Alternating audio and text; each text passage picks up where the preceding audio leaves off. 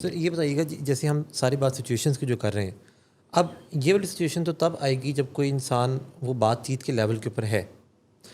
Counselling کیا تبھی ہو سکتی ہے جب کوئی انسان اس لیول کے اوپر ہو اور اس میں جیسے اگر جہاں پہ دوائی کی ضرورت ہے دوائی جاری ہو، یا کاؤنسلنگ جو ہے وہ بات چیت جو ہے وہ اس ٹائم بھی ہو سکتی ہے کہ جہاں پہ دوائی کی ضرورت ہے لیکن دوائی نہیں ہے؟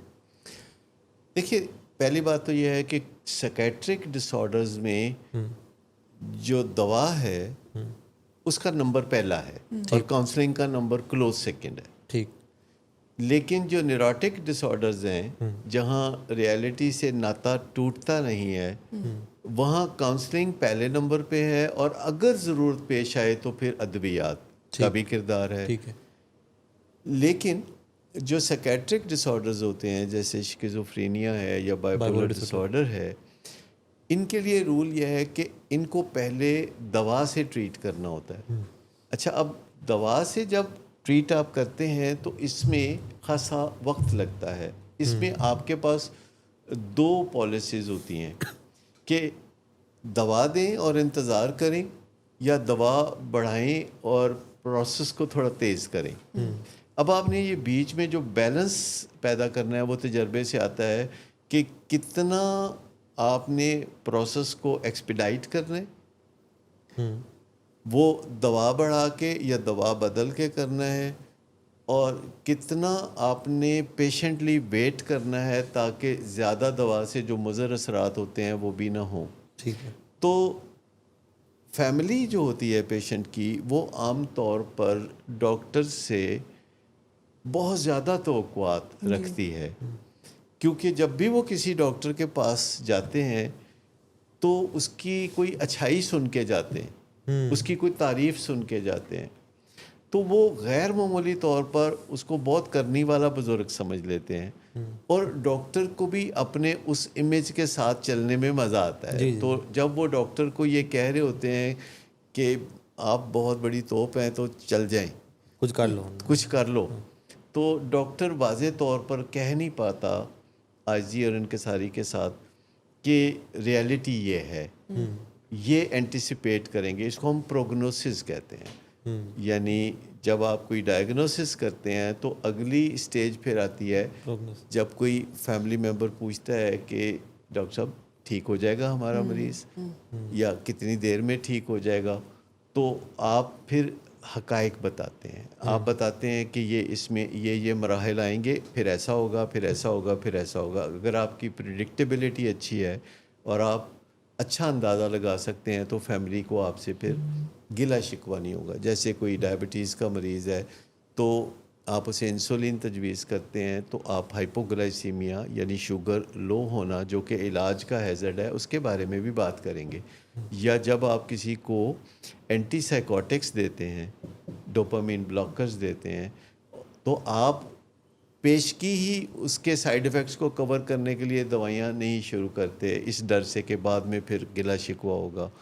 آپ انفارمیشن دے دیتے ہیں کہ امکان ہے کہ اس سے پٹھے کھنچیں گے، یا ایسا ہوگا، یا ٹریمر ہوگا، تو اس کو پھر ہم ریورس کر لیں گے، دوائی کو ری ایڈجسٹ کر لیں گے. کیونکہ اگر ہم پیشگی سائیڈ ایفیکٹس کور کرنے والی دوائیاں دیں گے تو جو مین ایفیکٹ ہے جس کے لیے آپ نے دوائی دی تھی وہ بھی ریورس ہوگا اور آپ کو ڈوز بڑھانی پڑے گی. سو ڈاکٹر کو جو ہے خوف سے آپریٹ نہیں کرنا چاہیے، ڈر سے آپریٹ کرنا چاہیے پر خوف سے نہیں کرنا چاہیے. ڈر ایک ریئل چیز ہے کہ اگر کسی دوا کا کوئی سائیڈ ایفیکٹ ہے تو ڈاکٹر کو اس سے ڈرنا چاہیے. لیکن اگر وہ سائیڈ ایفیکٹ جو ہے بڑی آسانی سے آپ سمجھتے ہیں اور ریورس کر سکتے ہیں تو پھر خوف زدہ نہیں ہونا چاہیے. خوف ایک ان ریئل چیز ہے، جیسے ارریشنل ہے، جہاز میں بیٹھنے کا خوف ہوتا ہے حالانکہ جہاز بڑا سیف ہوتا ہے.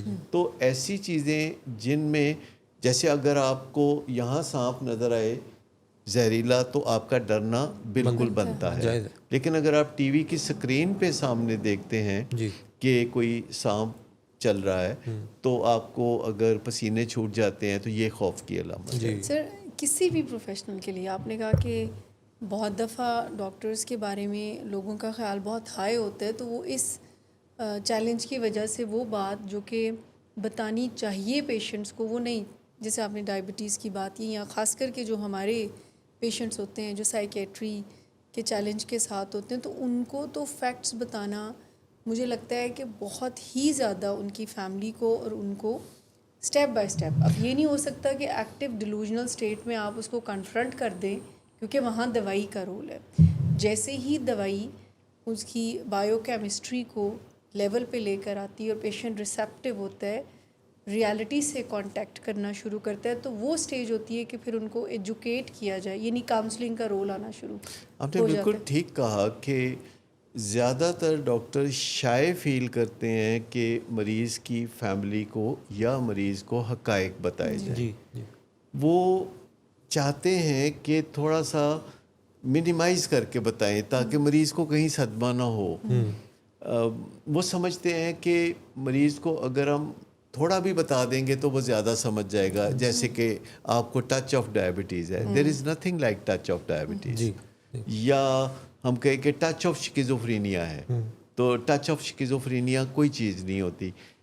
اس میں اصول یہ ہے کہ اگر آپ حقائق بتاتے ہیں اور عاجزی اور انکساری سے بتاتے ہیں, درد دل کے ساتھ بتاتے ہیں, تو پھر لوگ بڑی تیزی سے ایڈجسٹ کر جاتے ہیں. 5-7 دن میں لوگ خود بھی انٹرنیٹ پہ جا کے اس کو اسٹڈی کر رہے ہوتے ہیں اور آپ سے 2 ہاتھ آگے چل رہے ہوتے ہیں. لیکن اگر آپ انہیں منیمائز کر کے بتائیں گے, اگر آپ انہیں کم کر کے بتائیں گے, تو وہ اس کو رجسٹر ہی نہیں کریں گے, اور بعد ازاں جب ان کو نقصان ہوگا تو آپ کا وہ جو سارا بھرم تھا جو آپ نے بڑی مشکل سے بنایا تھا وہ دھڑام سے نیچے آ گرے گا.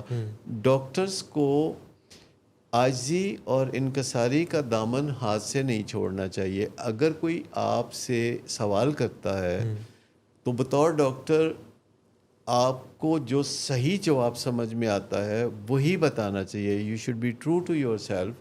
اگر آپ کو نہیں پتہ تو آسان ترین جواب یہ ہے کہ مجھے اس بات کا نہیں پتہ. اگرچہ آپ کے کلائنٹس بعض اوقات بہت حیرت سے آپ کو دیکھتے ہیں, اچھا آپ اتنے بڑے ڈاکٹر ہیں آپ کو نہیں پتہ, تو آپ بتا دیں کہ سب چیزوں کا اب کسی کو بھی نہیں پتہ. اب علم ایک اتنا وسیع سمندر ہے کہ ہر کوئی کنارے پہ ہے. جی. اچھا میں آپ کو بتاؤں کہ جب آپ 4 چیزوں کے بارے میں کہتے ہیں کہ مجھے پتہ ہے اور 2 چیزوں کے بارے میں کہتے ہیں کہ مجھے نہیں پتہ, تو آپ کی کریڈیبلٹی بنتی ہے. بالکل. لیکن اگر آپ ہر چیز کے بارے میں یہ ظاہر کرتے ہیں کہ آپ کو سب پتہ ہے, تو پھر کلئی کھل جاتی ہے. پھر لوگ جو ہیں وہ جان لیتے ہیں کہ آپ درست نہیں کہہ رہے. سو فیکچول ہونا, ہمبل ہونا اور اصل بات کرنا آخر کار آپ کی کریڈیبلٹی کو بڑھاتا ہے, اور آپ کے کلائنٹس کے درمیان ایک اعتماد کا رشتہ گہرا ہوتا ہے.